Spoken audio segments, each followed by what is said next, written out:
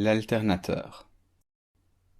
On a vu ensemble, pour produire un courant électrique, il faut faire bouger un aimant et un circuit l'un par rapport à l'autre. Et tout le but d'une centrale électrique, que ce soit un barrage hydroélectrique, une centrale au gaz, au charbon, une centrale nucléaire, ou même une éolienne en fait, c'est tout simplement de mettre des aimants et des circuits en mouvement l'un par rapport à l'autre. Alors, comment on fait? Tu sais que la tension induite U vaudra moins N, le nombre de spires du circuit, fois la dérivée du flux magnétique en fonction du temps, c'est-à-dire dφ sur dt, on peut dériver cette fonction phi de t. Ça nous donne une fonction sinusoïdale, évidemment. Ça nous donne que U de t, la tension en fonction du temps, vaut moins N fois B fois S fois oméga fois moins sinus oméga t. Autrement dit que U de t est égal à N fois B fois S fois oméga fois sinus oméga t. Et comme la fonction sinus oscille entre moins 1 et 1, on peut dire que ce facteur NBS oméga correspond à la tension maximale U max. Alors pour être tout à fait complet, à nouveau, on peut ajouter une constante de phase si jamais il y a un déphasage par rapport à une pure fonction sinusoïdale, et dans ce cas-là, on aura U de t est égal à U max fois sinus oméga t plus phi.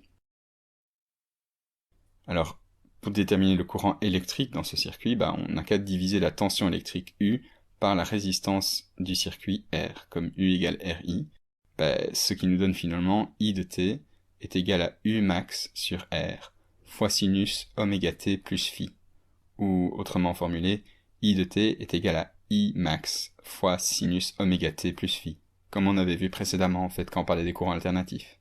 Et ça y est, voilà le fonctionnement d'un alternateur. On fixe un aimant en face d'un circuit, et en faisant pivoter cet aimant, ça génère une tension dans le circuit, ce qui donnera un courant alternatif sinusoïdal. Alors en pratique, un alternateur, il ressemblera plutôt à un truc de ce style-ci. La pièce centrale aimantée qui tourne s'appelle le rotor, alors que la pièce fixe avec les circuits autour, ça s'appelle le stator. Le rotor peut même avoir plusieurs paires de pôles nord et sud, ce qui permet de ne pas devoir faire tourner la machine à des vitesses démesurées pour avoir une bonne fréquence d'oscillation des électrons dans le courant. Alors dans ce cas-ci, la tension maximale de l'alternateur dépend du facteur N fois B fois S fois oméga. Autrement dit, des enroulements de circuit du stator, N, de la puissance de l'aimant du rotor, B, de la surface des spires, S, et de la vitesse de rotation du rotor, oméga. Mais donc, dès que la vitesse de rotation du rotor varie, par exemple, s'il y a moins de vent qui souffle sur l'éolienne et que donc la vitesse des pales diminue, ça provoquerait un changement de la tension électrique induite par cet alternateur.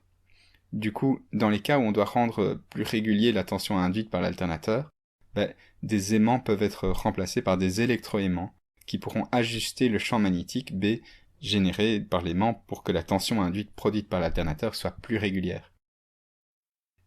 Voilà l'alternateur, une invention qui a révolutionné l'approvisionnement en énergie dans le monde.